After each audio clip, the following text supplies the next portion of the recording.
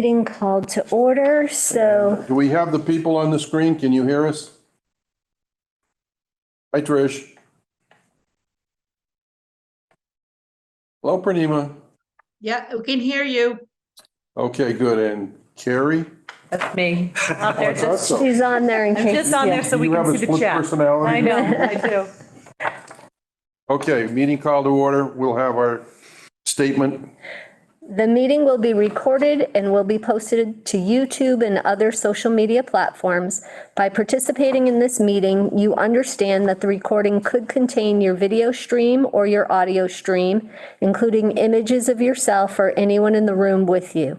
If you choose to enable your video or audio device during the meeting, as well as anything or anyone else that may be in the background could be recorded. The recording could include any opinions you contribute and anything you say about yourself. On occasion, chat within the meeting could also be captured in the meeting recording.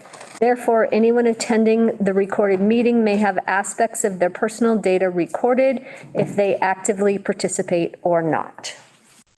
Okay, thank you. We'll start off with the minutes, and I have a modification. We read two. Motion made by Mr. Deschamps and seconded by two to approve the minutes. Well, it was seconded by somebody and it wasn't two. So we need to get that straightened around. Other than that, I didn't see anything. Do we have a motion to accept? So moved. Second. Okay, all in favor? Aye. Okay, good enough. Now, we have a whole parcel policies here. But I do want to add, middle high school academic guide, is there any reason to do that first? You certainly can. Carrie's prepared to speak to it, and Purnima's here with us as well. So I think you could definitely take that order out of order if you want. It's very short. Okay. All right, so you have those in your folders. I have a couple extra do? copies here in case Where? you have one. I think I do. It should be the very Course update? Yeah, course catalog updates. updates. Yep. Oh, I don't have that, I don't think. Here. Okay. You can have mine. Oh, is this? No. Nope. Take that one. You, Do you all have it? Do you have it, Mr. Willannon? I'm way in the back, Lee. Peggy, do you have? I have it. There it is. Catalog. Okay. Okay. So the only addition that we are asking for this year is advanced topics in health science. Currently, we have one general health class that is 9 through 12, and that's proving to be a little bit difficult for, content to be appropriate for both 9th graders and 12th graders in that course. And so Diane McMorrow had asked to kind of combine. We have two other courses. We have a nutrition and we have an infectious diseases course. Those were both trimesters long, but now that they're a full semester, it's kind of not enough content. So we're sort of merging those courses together to create an advanced topics in health science course for our upperclassmen. And then we're going to just make a shift to that general health science course so that it's more for our 9th and 10th graders. Content is similar, focus shifts a little bit for the earlier grades versus the later. Is the CPR piece new or was that already? That was already in there. That's good. The idea would be they would take one of these courses over their 4 years. It could be either the 9 and 10 version or the 11, 12, but theoretically they could take both if they wanted to. Well, I'm glad to see what you have in there for content on sexuality and reproduction and that kind of stuff. You can believe, I don't think anybody's on the committee from the mid-'80s, are they? Oh, The State Board of Education said that all local school committees should decide if they're going to pass out condoms.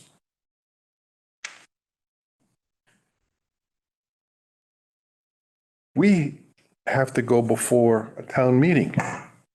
I don't know how this would play in some, but to go there and have somebody say, you're going to spend my money to, I oh, encourage.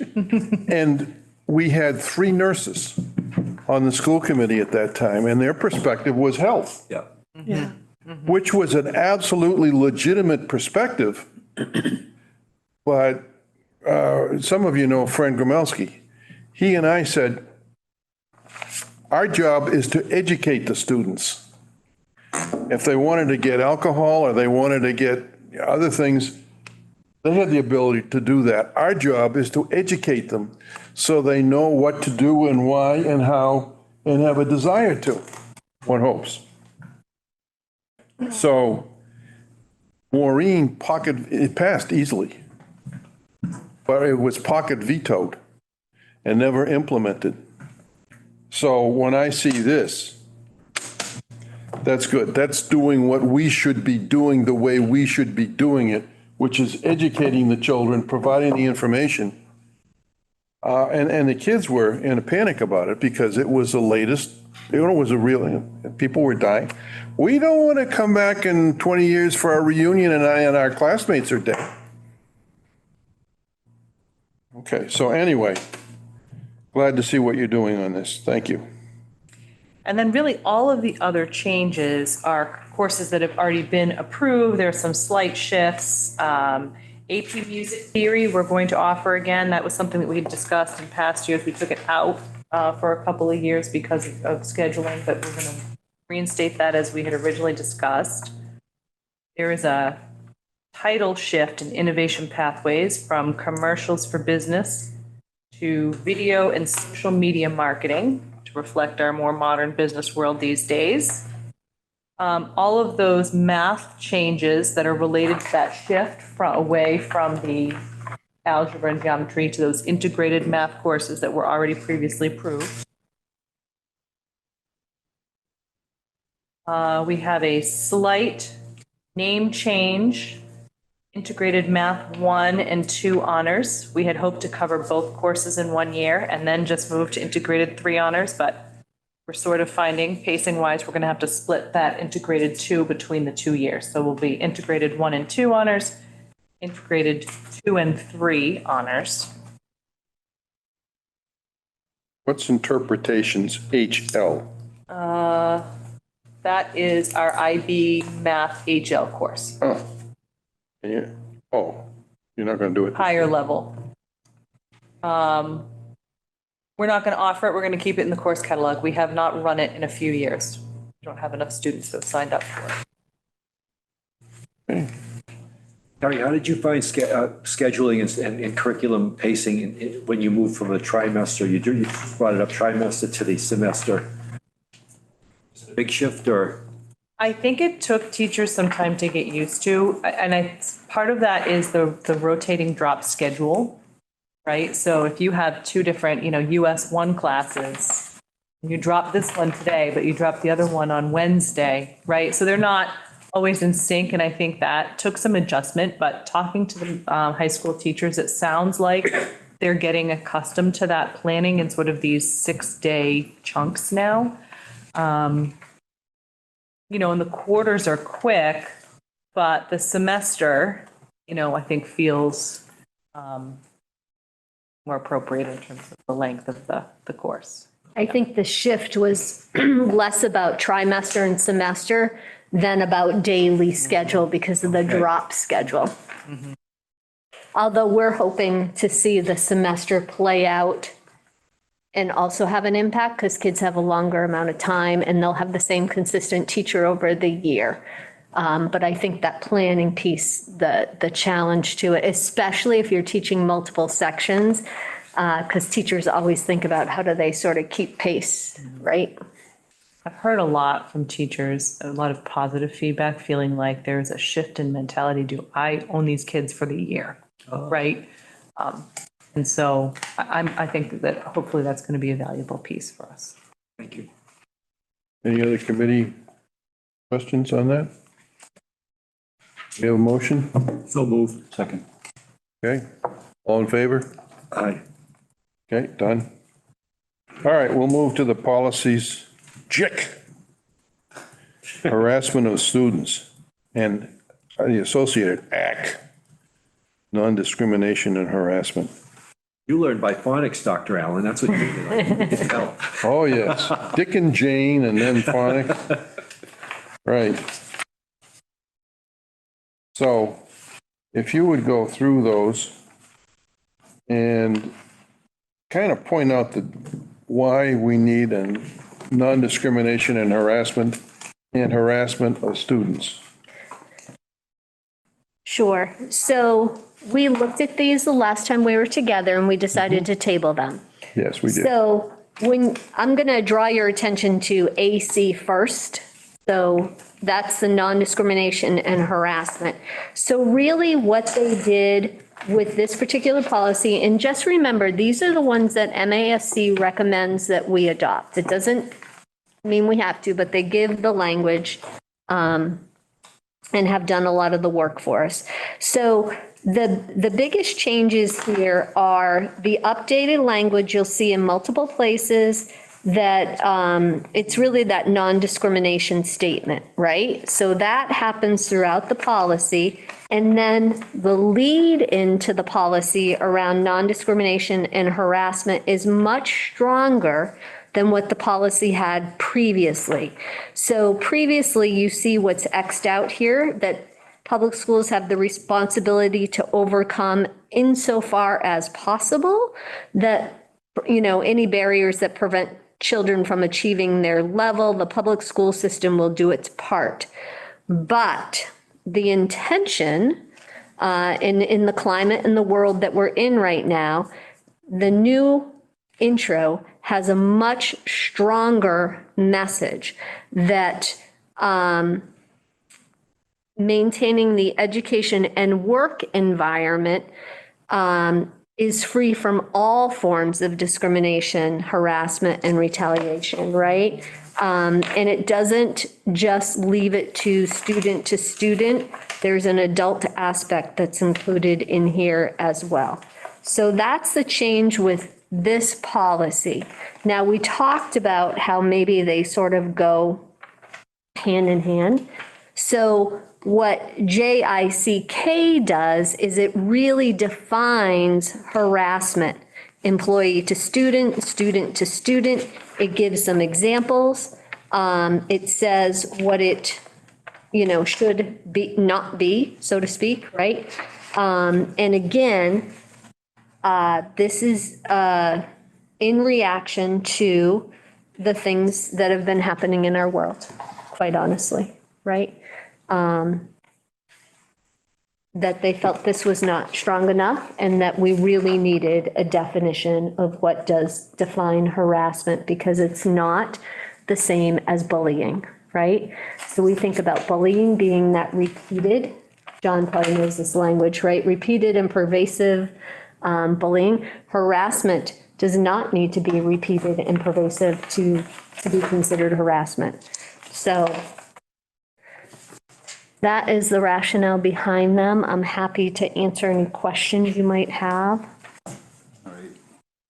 Good. I'm going to roll into the issue I had last time. So Yeah. under harassment of students, all the way down to that last paragraph, harassment is described above, may include, but is not limited to blah, blah, blah, that first bullet, and then it ends with harassment or abuse. And I learned in high school from the nuns, do not include the word within the definition of the word you're trying to define. So to me, harassment there makes no sense. How about targeting?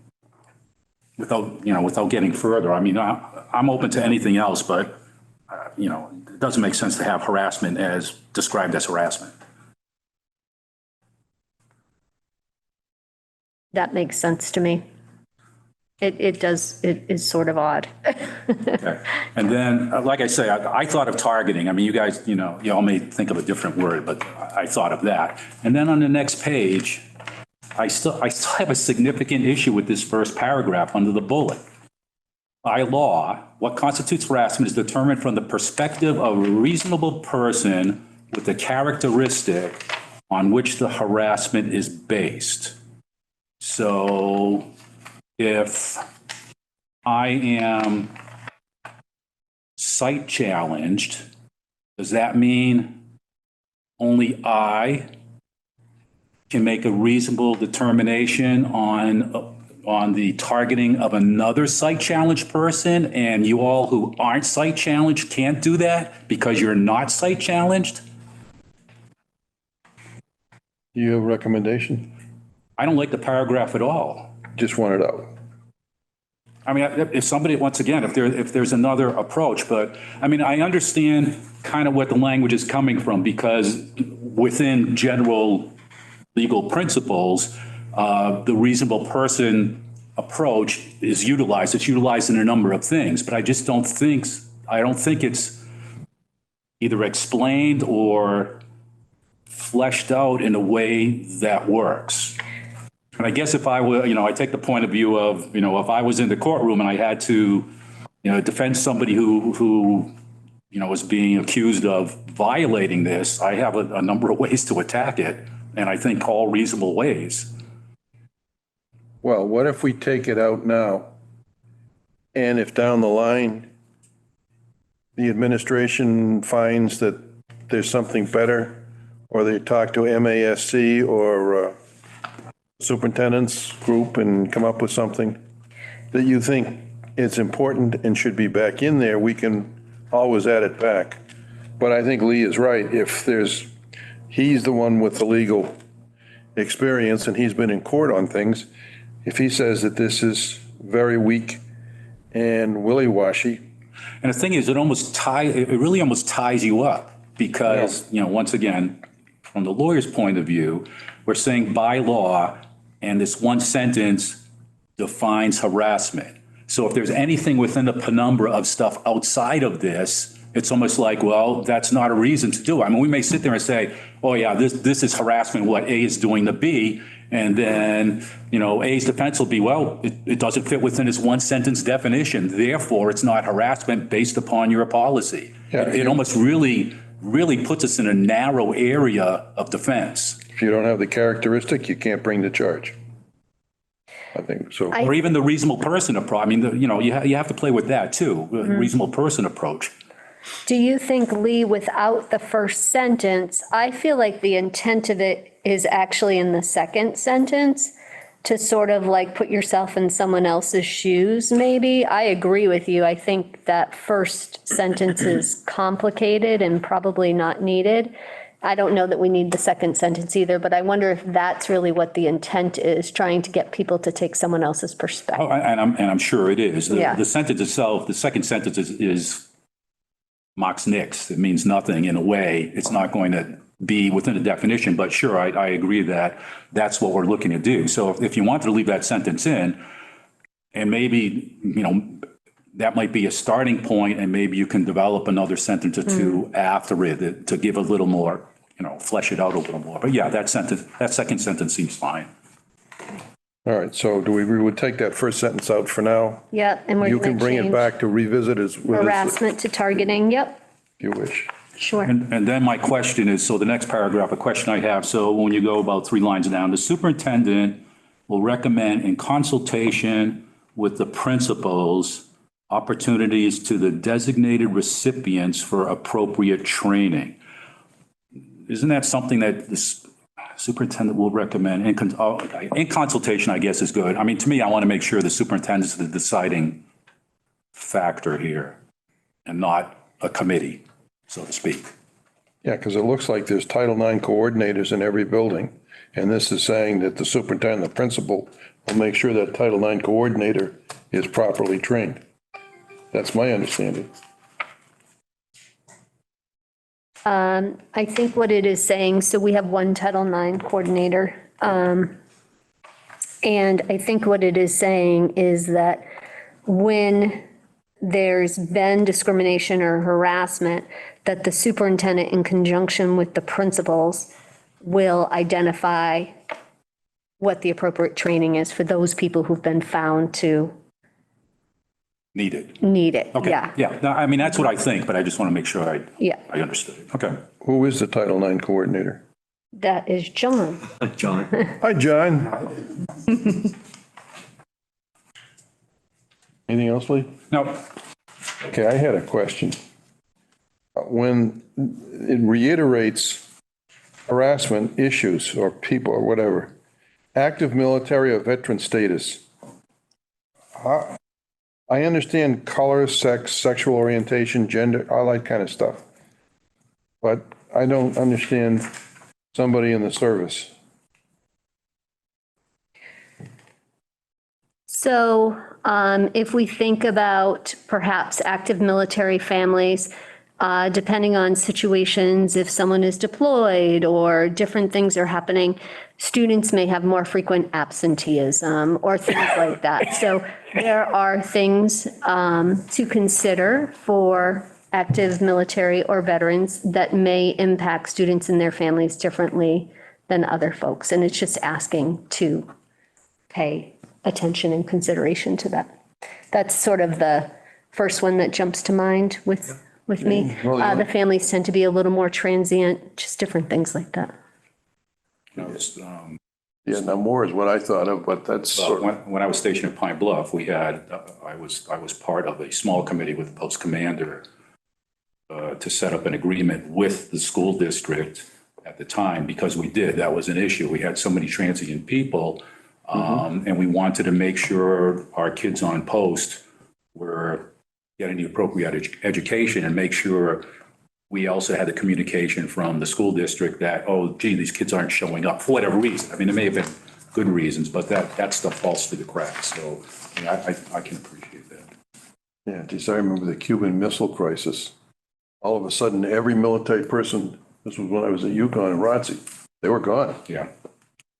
for a week. Okay. Do we have, I think these two we've gone through. We're relatively satisfied. Do we have a motion on these two? So moved on the both of them. Second. Okay. All in favor? Aye.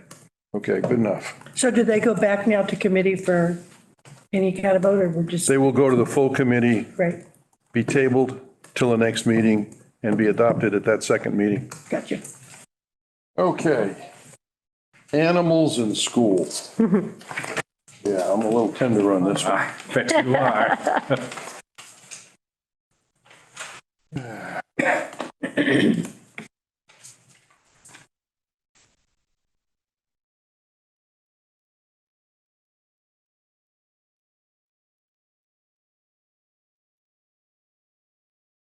So we had, these are updates to the policies that we had in place. Anything, obviously, with a line through is now taken out according to MASC language. Anything with red is put in. Jess did identify that there were some things that we had, that the committee had decided to put in place on the policy manual that were not in the MASC policy. That actually occurs on the third page. She's got a little box around that. And on the fourth page. Well, I think that's a good addition, though. Yes, I agree. I just want to make sure you fully understand. Okay. Any comments or questions on these? It's primarily language changes. There's no real. Yeah. Now, Finley used to come with me when I was working out, and she was invited by the people to come with me. Somebody must have complained or something, because you can't have your dog. I mean, I can't. And then the policy changed, and it was clear I probably couldn't do whatever, so I just banished her. She never did understand why. Well, No. okay, do we have no comments or questions on that one? Do we have a motion? So moved. Second. Okay, all in favor? Aye. All right, that one's. Compensatory education. Now, this one will take quite a while because it's so long and so detailed. Animals. Out in the back. Yes, that one's attached. IHBF is attached to IHBD, is that correct? It's the amplification? Yeah, IHBD. I know we're on IHBD, but IHBF, I'm asking if that's the amplification on this. No. So on the compensatory education, this is in regards to Title I funds. So this is how Title I funds are mandated to be used, but there's never been a policy around it. So it's just creating a policy that actually is what you sign off on when you submit your federal grant, that you are using it in this fashion. So it is not to supplant what you already have, but to supplement and provide additional services, so to speak, or curriculum or whatever it happens to be. Now, this one is appropriately complicated. It's just the way a policy should be. Couple of sentences. Even President Eisenhower would have approved this one. Okay, Move to accept. Second. all in favor?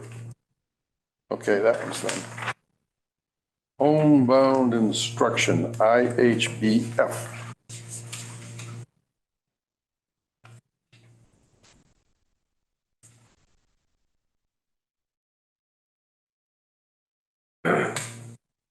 I think that one just is pretty clear. Someone has a problem, we're supposed to provide a tutor for them if we can find one. Is that a reasonable summation? Yes, and I think the change is that it is if they've, that the instruction happens if they have missed 14 days of school. It doesn't need to be consecutive. It doesn't need to be, Doesn't say. because they're home hospital. It can happen for any reason. It doesn't say 14 days in here, though. It does. Yeah. It does. Of course it does, I don't know where. For a period of not less than 14 school days in any school year. So it can be a combination of just being at home or in a hospital, anything for medical reasons, basically.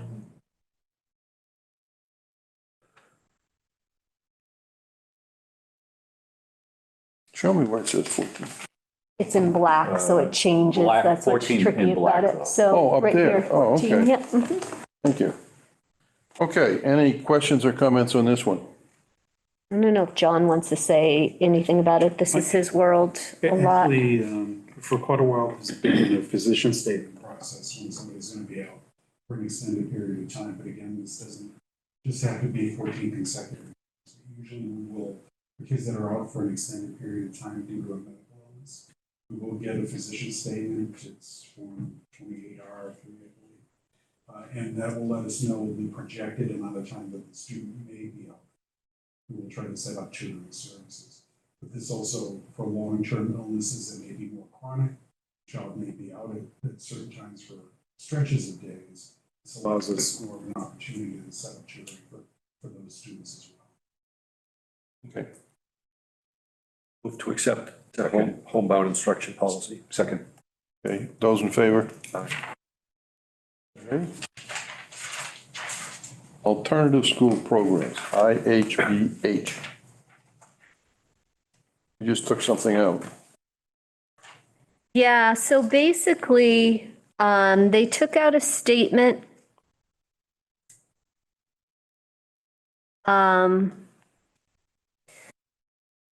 that feels like it makes a judgment, to be honest with you. So I'm strongly in favor of that move.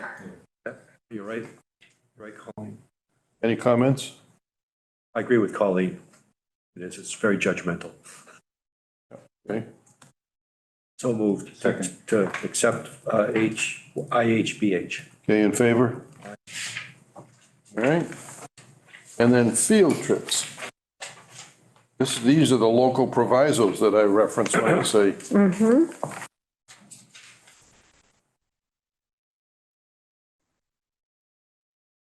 Screen and approve is gone. Get permission, supervised. These trips supervised, you think, guys? I'm being facetious. Oh, yes. I am being facetious. Was down working at one time when Sue Musnicki was doing this. I think it might have been that 8th grade trip. The whole gym was full of parents. And she had a podium. She was going down. We know Sue Musnicki. There is no messing around. There is bam, bam, bam, bam, bam. So.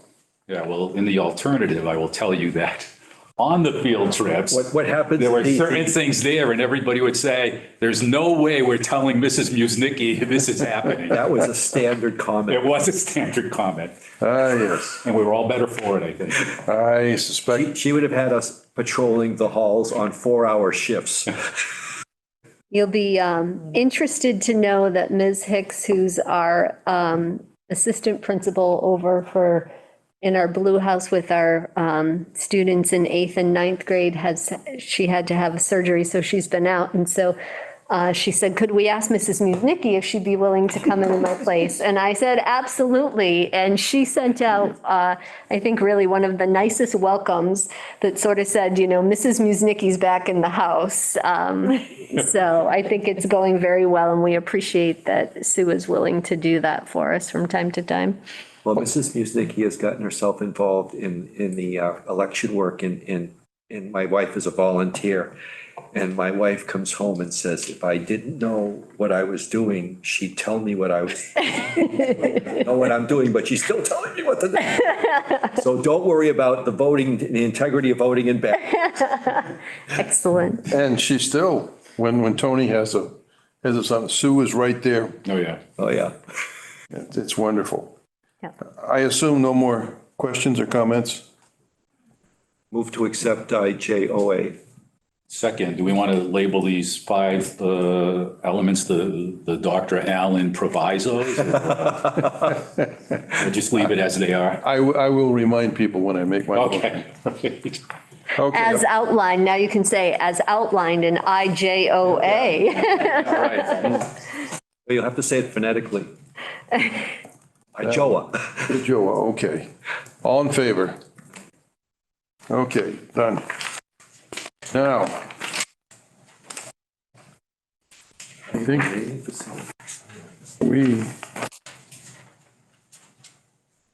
naming new facilities. Right. I got some stuff here. So you have the FF, right? FF. So, Colleen, I have underneath it, and I'm presuming this is us, but there's no identification, but I have underneath it FFA memorials. Does that ring a bell to you? That is not part of ours. It isn't? Nope, Okay. that is, so ours is FF. Right, it's just the 3 these paragraphs. 3 paragraphs, yep. I shared with you, and I apologize because I'm sure it was. No, that's fine. So I've got just a couple handouts for everyone. So this first handout, this is the policy, and don't pay any attention to all the underlining because that's just the way I read it at first. And the So scribble. this is Tohonto's policy. Tantasco, excuse me. And the reason I use this one is because it's like 3 pages, and it probably encompasses most of what like all the others have. So instead of giving a whole bunch out and being very repetitive, this is probably the best one from the point of view of covering a number of things, not exclusive though. And so the second thing I'll hand out is I made up some bullets based on this and plus all the other stuff I read. And so kind of hopefully as we go along, a handy reference, and once again, this is not exclusive to anything. But as I read through all these were the things, and you'll see it in the Tantascwa too, but these are the things that come forward. Now, let me just go over them. So authority, this puzzled me the most because at first I didn't think it'd puzzle me. Military background, you're always looking for authority because there's so many cross authorities. You want to make sure you have the correct authority. And normally we would start with, the school committee, district has the authority to blah, blah, blah. But then I realized we're leasing 4 elementaries. What's our authority there? Now I went through our lease document and I went through our 5-town agreement, and there's nothing that even, not only I didn't think it had mentioned anything like naming, but doesn't even like have an overlap where we could say, oh, maybe we'll use this to cover it. So for the middle high school, I don't think there'd be an issue, but for the elementaries, I'm wondering if we can do a couple things. We can, one can sort of say, okay, we just think we have the authority, and we're going to just flat out say we have the authority to do all this stuff in all the buildings. It's not something I would advise. I think maybe the next time we do a lease, we're going to have to come to an agreement with the select boards as to how one would do any sort of namings within the elementaries, the 5 elementaries. Now, and I can see a lot of problems there. One problem is if something happens in a town and they say, we want to name this after, whoever, and kind of maybe from the school's point of view, educationally, this might not be a thing we would want to do. How do we handle that? How does it become contentious? So authority is something, it's important, but I don't have any answers for it, but it's something we have to figure it out. But the best thing I could think of is just come to some sort of agreement in the next lease agreement, which will come up within a year or so anyway. But if somebody else has any other ideas, that would be fine. But to me, that's a kind of a key thing. That was the first bullet. Well, okay. it seems to me alternative B would be if we subsume this authority and tell the town next time the lease agreement comes up, that's something for you to approve or something of that sort. I think that enhances the likelihood that one town doesn't go off half-cocked and say, you can't tell us or blah, blah, blah, blah. But if we have sort of taken the leadership on this, so to speak. Sure. I mean, once again, there could be a lot of suggestions. Well, sure, but I think that's a very good point. And then the question is, how do we implement something that we think would work best to the situation here? Right. Okay. So like I say, something to consider. Next bullet, and almost all the districts and schools had this. So most of it was posthumously. Somebody passed away. They were important for whatever reasons, and there were a number of different things. Timelines was a big thing. One group had, you can't do anything for a year. Another school had, you can't do anything for 5 years, past the death of this person. So that would be one thing to look at. But the other thing others had, you could do this for somebody living. And then they had stuff like, okay, it has to be 5 years post-service retirement or however they worded it. So in other words, if somebody left the district or whatever, if that was the case, tomorrow you're not going to name a building or classroom, whatever for that.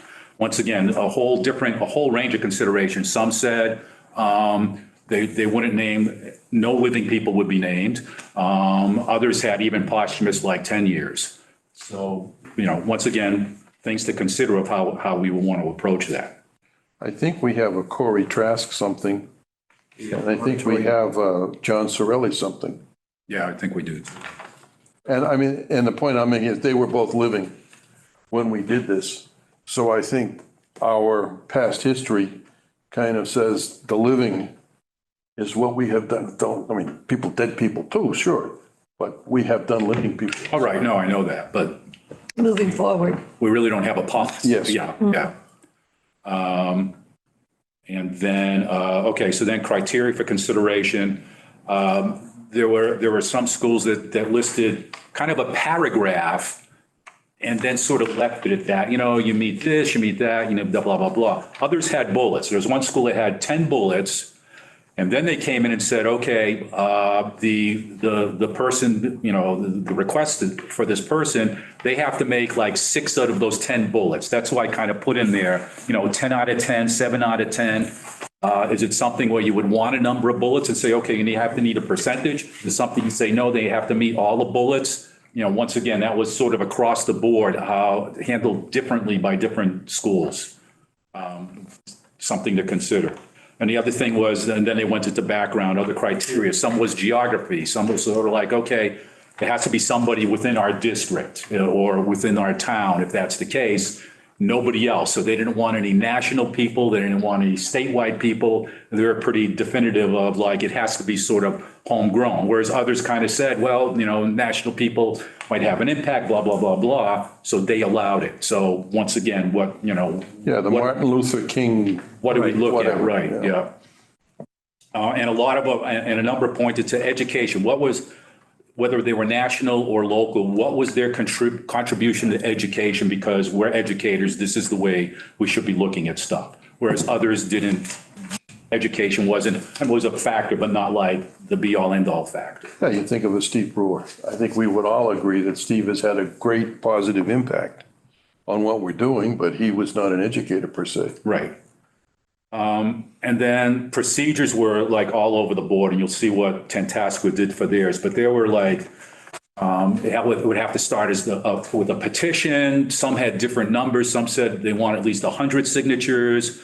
Others said less than 100.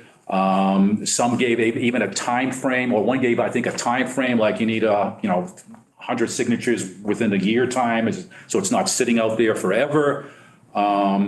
Others, as you went along, others were the basis for the request. Why do you want this person to be named in this area? Then it started to go into subcommittee. So there could be a school subcommittee. Do you look to the town if that's, and say, oh, well, why does the town have a subcommittee? Or do you do a subcommittee like with the school and the town and maybe people, and some had students involved. So there was that whole issue of how do you want to do this? It could become a very sprawling type setup, or it could be just aimed at, okay, a school subcommittee. And then we sort of handle it from there with whatever, was there community involvement? Does the subcommittee handle that, et cetera? All things to be considered. And then there were different, which kind of surprised me, but I guess it makes sense. So then they had, when the full committee voted, some had, okay, in order to have a naming, you need 2/3 of the full committee to vote for that, or 4/5 of the full committee. A couple just had a majority of the full committee. Once again, a consideration. I don't know. There was nothing in these that defined why one would think, well, we want 2/3. I mean, it's not a monetary thing where we need 2/3, but maybe they felt that way, and they were using that as their, tablet for how they were going to do this. And then others went into, and once again, it's not something I guess I thought of until I started reading more, the type of plaque. If it's a plaque, it's like, well, do some people get better plaques than other plaques, et cetera? There were some that said, there has to be a blanket plaque for whatever the thing is, it's going to be the same thing. But then it came up like, well, what if it's a classroom versus, a wing or something, for whatever reason, if there's something bigger, should it be a bigger plaque? So they have those considerations. So I found, that was kind of interesting too. So a lot of them were pretty much uniform, though it has to be a uniform thing. Then it got into, not everybody has this, but a couple had either change or dismiss the name. If after 10 years, suddenly something historically comes up that maybe besmirches that figure or et cetera, what's should the school committee say, fine, we have the authority to change the name? And then that got into the same thing. Well, if you're going to change the name, maybe you need a higher standard. So maybe you need a full committee to vote that as opposed to 2/3 of the committee. And, how about within that time frame? Another was that, and I found it interesting, they had language that said, you sit here and all of us sit here as a school committee. We're hoping the school district is here 100 years from now. Should people 100 years from now be tied to names, even though there's a historical value, to names that have been 100 years before, where probably nobody knows maybe who most of these people are? So should there be a mechanism to say, okay, do we review these every 20 years, or can the school committee, can the committee 40 years down the road say, let's review everything? Once again, there were interesting considerations that, you kind of don't think of all the time. Well, you don't think about it, but in the 1950s, we were school region number 2. Right. Petersham was part of our district. Hubbardston had just joined us. New Braintree was not part of the district. I'm not sure Oakham was either. So just over my lifetime, we've had some, I don't think we're District 63 anymore, are we? I think the region went away in the 1980s when we went K to 12. Yeah. So, right, once So again, that's those three. considerations. Yeah. Another one there was one that had what they called a temporary naming. So they would say, okay, this is important, blah, blah, blah. But we're just going to name for, this name will be here for 20 years and then it'll be either up for review or it will be changed. And once again, the same consideration, like 20 years from now, the school committee, the district, the students, the teachers, et cetera, the administration, maybe they're saying, well, we want a different name. We'd like something different there. Another consideration. The thing I put in these, the last two, well, the second to the last bullet, extraordinary circumstances. And I think that might be something, whatever we do, sometimes something comes up that's around the corner. You never know. It's like, holy crap, this was not on our radar screen, but it's significant enough that we should address it. And so then maybe some language that says, we recognize there could be extraordinary circumstances and how would we handle this? Very, very brief definition of, this is what we'd look at, but extraordinary would have to mean extraordinary. It's not like, when Kennedy was assassinated, namings were coming all over the place. If we have a policy to say, okay, somebody needs to be, have been dead for a year before we could name, if somebody comes up and says a month after something horrible happens, no, we should name it now because of an extraordinary circumstance. To me, that's not an extraordinary circumstance because we have a system in place. You wait the year, that's the way it should be. So what could be an extraordinary circumstance? Silly, but something happens in a classroom, kids are in danger, a dog, somebody's pet goes in, rescues the kids, dies in the end for whatever reason. And somebody says, can we name that classroom after the dog? The Rin Tin Tin Memorial. Well, I mean, it could be, but these are things you don't think about, and you don't want to say, well, it's not in here, so we can't name that. I mean, kids can be very attached to their dog, or teachers, or anything. Something could happen that's not on our radar screen, and maybe we should have something in there to say, okay, we don't know how to address it now, but it's in there, so maybe we address it at that moment, as opposed to saying it's not in there, can't be done. That was my thought. And then the other one, not everybody had this, but once again, it's important, a monetary bequest. There's a lot of juggling that goes with that. I mean, if somebody comes in and says, you know what, I would love to have Quabbin have a lacrosse program. My wife or husband or whatever, they were a great lacrosse player. I'll donate $1 million. We could, build a lacrosse field. I'll put it in. You could hire the coach. I'll put money in that'll handle it for 10 years. But I want the thing named after my husband or my wife or my son or daughter. And then that becomes the balance of, number one, sure, it's going to benefit the district and students. But number two, you're kind of held hostage. And how does one handle that? There were a couple comments that they would view it like when it came in, they would consider it, but there weren't a lot of guidelines as to say, okay, what's the tipping point to say, yeah, we'll take this person's money if they give it, but maybe no, we won't take that person's money. And I'm viewing it different than the whole field, bleacher and field thing. I mean, that's a group. That's something we've come up with, a group of people. That's one thing, but to have like one person come in and say, I would like this done, but name the building after me or name the school, whatever it is. That to me could be very contentious, but We've had a variation on that theme. Harry Corbett was a year or two ahead of me in high school. His mother was an elementary teacher at Ruggles Lane. He was a single guy. He tried to get in touch with me, I don't know, 25, 30 years ago. When he passed me, he wanted to leave $1 million. Your number. Now, I was not here then when he tried it, so he got in touch with Gromelsky. That's how I found out about it. So this, in fact, is a real situation. Now, he was not demanding that it be named after him or his mother, but he was talking about, in his will, he wanted to leave $1 million to the school. So. okay.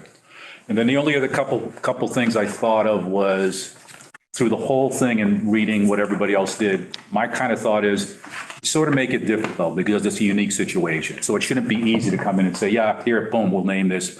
Because, once again, when I was thinking of the 100th year thing, there aren't a lot of things you can name. I mean, once you get to a point where you start naming stuff, well, what else do you name? And there may be very significant people down the road, 50 years down the road, you might say, this is great that we should name it. And like all the names are taken up. I mean, I don't know all of them, but anyway, that should be a consideration. It shouldn't be easy to do this. And then the other thing is, I think we should, Colleen and anybody can contribute to this. Maybe we should get a list of what's named in our district from all the buildings, how they got named, and maybe how long they've been named. And I think, Peggy and I were talking the other day, and neither of us knew that the middle school gym was named after Sue Musnicki until somebody brought it up and said, hey, do you know what's named after Sue Musnicki? And I said, no, I didn't know that. And once again, and we spoke at the last meeting, it's like, my 24 years or so, the school committee has never sat and discussed the naming of anything. And you said you don't remember that either. No, it obviously just happened. More than twice as much as I have. So, so maybe we should kind of get a list and see what we have throughout all the schools, whether it's a classroom or. Joe Velarde Gym, Joseph Velarde in Gilbertville, at the Hardwick Elementary. How many people know Joe Velarde anymore? And he was a great contributor to the communities. Yes. And the schools. He taught swimming. For a generation or two, he taught every kid in the district who learned how to swim. And so I guess my suggestion would be, if we kind of mull over this for a while, maybe on our next meeting, maybe if you wanted to call a meeting just on this issue sometime in January, or whether, I don't know what's set for the February meeting, if there's a lot more stuff involved there, but We didn't have room for this in February, no? Oh, I think so. So you're really saying like a working session, Lee, kind of? Well, or- almost, because, I threw these bullets up because I don't have any They're such specific good answer. If points, somebody yes. said to me, write it up tomorrow, it's like, I couldn't do it because there's just so many moving parts here, and it's more of a, kind of a community, like how would the community feel about this, the school community and of course the community around us. And, maybe somebody would say, oh, I wouldn't want to wait a year. Let's, if something happens, I want to name somebody, next week, something next week. And then somebody else might say that, no, we need 5 years. Just a lot of thoughts to go into this. And I think it really needs a thought process, because number one, it protects not only us, but, the way we said, if you read the one we have now, first paragraph is, okay, fine. The second paragraph to me is a punt. The superintendent will prepare for the approval of the committee procedure. It's nothing. It's like, okay, in the future, this is something to look at. And the third paragraph is, once again, the German Max Nix means nothing, because, it's expected that this will, blah, blah, blah, be good for you. It's not a policy. It's like an expectation, but, And the first paragraph says school buildings. Right, yeah. We need Facilities. Yeah. much more finite than that. Right, exactly. So, what we have now is really almost useless. I think getting some of that background information, like how those names came to be, will be very helpful and help with, smoothing things with the selectmen.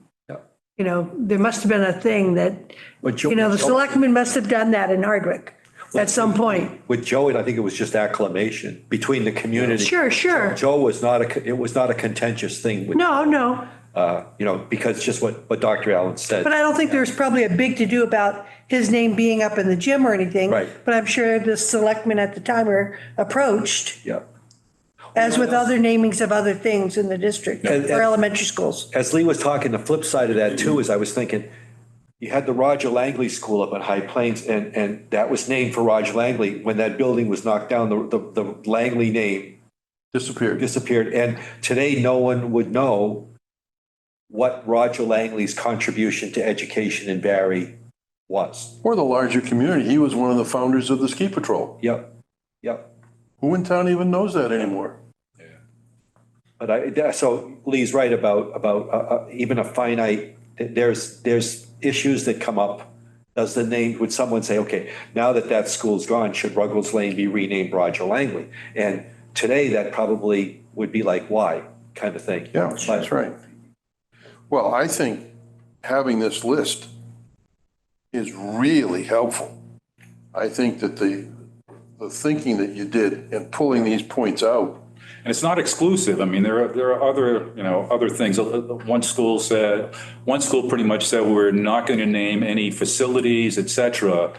But they wanted to key in on if somebody wanted to set up a scholarship situation or, or even a donation. If they wanted to donate something, there would be like an acclamation that they're donating $25,000 to, the soccer program or whatever, but nothing, specific like, okay, we're going to do a plaque here and all that. And that was their approach. That's how we got a football program. Right. No, I understand that. And then the interesting one, I think it is the Tantasco one. Is that the one that, that addresses sets of students? And, they were kind of only one. Is that on the backside of the? It is, yeah. Yeah. Death by suicide. Death by suicide and consequences of drug or alcohol. Nobody else really went into that. Kind of interesting that they did. Once again, not sure it's necessary, but they did address it. So it's just kind of. Were they for it or against it? Excuse me? Were they for it or against it? Looks like they have an alternative. Yeah, they posted alternative stuff. Their point kind of is that part of it is educational, but they really wouldn't want. They don't want to name stuff after. They call out that imitative aspect potentially of a student suicide, right? Yeah, that's a good point, Carrie. They also, I know a lot of districts, John can speak to this too, but students who, they're survivors, if you say, if you think of them that way, sometimes can be traumatized or triggered by having something on their campus. Yeah. There is something referred to as contagion effect. And when I've gone through training, school districts sometimes actually see not just imitation suicides, but sometimes in the same exact location. One district actually experienced 8 follow-up suicides in the same exact location, the same exact within the course of a year. So memorial benches or trees and things like that sometimes sound like a good idea, but sometimes they can just be a draw for kids that are struggling. Yeah. So anyway, I thought, we should. I appreciate, Yeah. I know how many of those policies I gave you, so I appreciate you really culling through those. And I feel like what you pulled out is really, really helpful. Yeah, I think that's a very fine blueprint. Let's take some time at the February meeting. Yep. And I think we use this as a start and go through each of those. Now, I have to say my predilection is we're the school committee. I think this is under our auspices. These are all school buildings or fields or whatever. And I know the state says, well, you need to get community input. You need to have community. We're all elected to represent the community. And I think that is our authority to do this sort of thing. Now, obviously, that's open for discussion.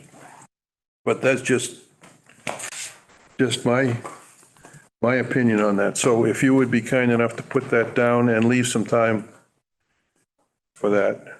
Yep, you bet. And if anybody wants to do a draft of any of these sorts of things or comments or whatever, I think that would be good. And we should make sure that the other members of the subcommittee have this information prior to that meeting so that they can. I think Jess said because I sent her the bullets today, she printed them up for me, that she was putting it on something. She said, no, should I put it on such and such? On the drive property? I think so. Yeah, I think that's what it was. Yeah. So it should be there, but I can print up stuff too. It's a tricky thing because you don't want to pigeon yourself into something very, like this, and you can't discuss it and have a little bit of open parameters about things, but. And a lot of times it's the emotions that run it. Right, right. This is it's a policy, it's very specific. So when you get through with the emotional part of it, this is the procedure that we need to follow, or the superintendent needs to follow. which is helpful. Right. It guides the discussion after that.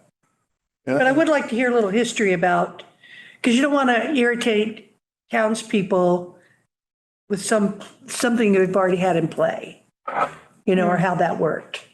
And I think And I don't know how that was. due deliberation is important. Because one year, the French Club went to Montreal or Quebec, and they got into the refrigerators with the alcohol.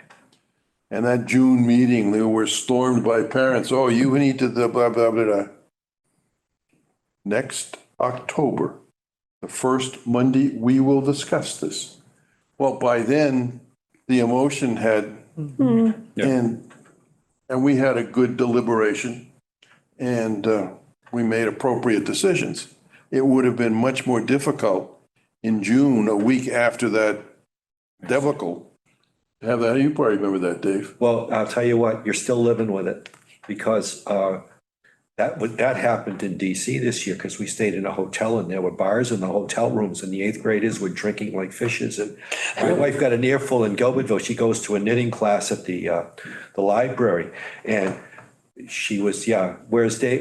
She would say, I was going to DC with the eighth grade. Oh yeah, well, they'll be drinking in there and they've got beer, they got alcohol in the room and blah. And my wife said, no, that does not happen. So it's still in the community that and it's just got a life of its own. So when stuff like that happens, yep. People remember. And I've heard it at IGA. A parent who had a kid on that trip told me, what are you doing? And I'll say I'm going to DC with the. Well, it goes right back to that trip. So it's just it lived on. Have there been any other things named in the district once you've been in place or been here that we don't know about? I mean, you just hate to, nothing against Sue or anything, but it's like, we didn't know anything. Not that I'm aware of. So Sue, the gym for Sue, How did I that come believe to you be? guys told me that this building's been named for Maureen, but I don't see anything, or someone, When I she was feel like. We've someone- never- when she was retiring, it came up, somebody actually came to me, I think. Got it. I was chair then. And somebody came up to me and said, you know what, it'd be a good idea if you named either the building or this room, et cetera, after, Maureen Marshall. And I said, well, I guess that's something the school committee could consider at some point. And that was all I said. And I never heard anything after that. But I've heard, not just from you, Other excuse me, people I've heard a think couple it. other people Yeah. say, oh, isn't that named after her? I said, no, it's not named after her. Yeah, so I think Yeah. there's a lot to clarify, so Yeah, we will yeah. do our homework. And the other, if you wanted to look at what I think is overkill, but it's none of my business. If you go to Eagle Hill, Lee sees the facility as well. I mean, they've got individual lanes in the pool named after people who contributed money. And, this locker room, and they've got all the plaques on the wall. And I'm thinking, you know what? It doesn't mean. It's for very different reasons. The money that guides all that, Yeah. which is, that's how they have to deal with it. Yeah, but it's just like, okay, whatever. Right. But in 10 years, or 20 years, unless another parent says, oh, they've got named for this, I'll give, I don't know, whatever. Right, yeah. More money, but it's, there's a lot to this, Lee. You really did some research. Well, and I understand, once again, money helps. Obviously, Sure, and if we could, that's the standard we have to have. It's like, okay, do we, I don't want to say sell our souls, but do you put the name out because you can do something for probably maybe a great number of students? Is that the trade-off? Or? Well, it's like, how did UMass Medical go to UMass Chan? Yeah. Oh, yeah. I don't know. That's I got money. an idea. That's money. That's Yeah. money. And now I was there this morning, you come over the hill there on Plantation and UMass Chan, right across the building. And then you got the Sacklers, who I think they had a Harvard building named after them, and now that's getting wiped out because of the drug. The drug thing. Yeah, and a couple other places too. The opioid But thing. that's obviously a significant, difference there, but they're changing those names, so, yeah. I think they can change the name. I don't think they're going to get their money back. I don't think so either. I don't think they want to get their money back in that case. So one of the worst examples of this is a professor that I had in college had a massive heart attack. And the college actually built a memorial park for him at the end of the library. Except he came back to work and recovered that fall, so he used to joke that he was having his egg salad sandwich out in his memorial park. The college eventually took Wow, That was jumping the gun. really? What school was that? That was Fitchburg State, actually. It was John Clark. He was a history professor for quite a while there. Had a massive heart attack, like I said. And then he came back to work and was telling us the story about how he eats his lunch outside on his memorial bench. Were you there when John Antonuzzi was the president, or were you there before? Sure. This is back in the 80s. Before. Okay, The news of my death was greatly exaggerated. yes, indeed. Now, the question is, how many people know who said that? I don't. Mark Twain. Oh, I think that takes care of it. So that'll do us for this evening. Thank you, Lee. I think this is, yeah, thank you, Lee. gives us a good basis for this. Do we have a vote to adjourn? Move to adjourn. Yeah, we all vote to adjourn.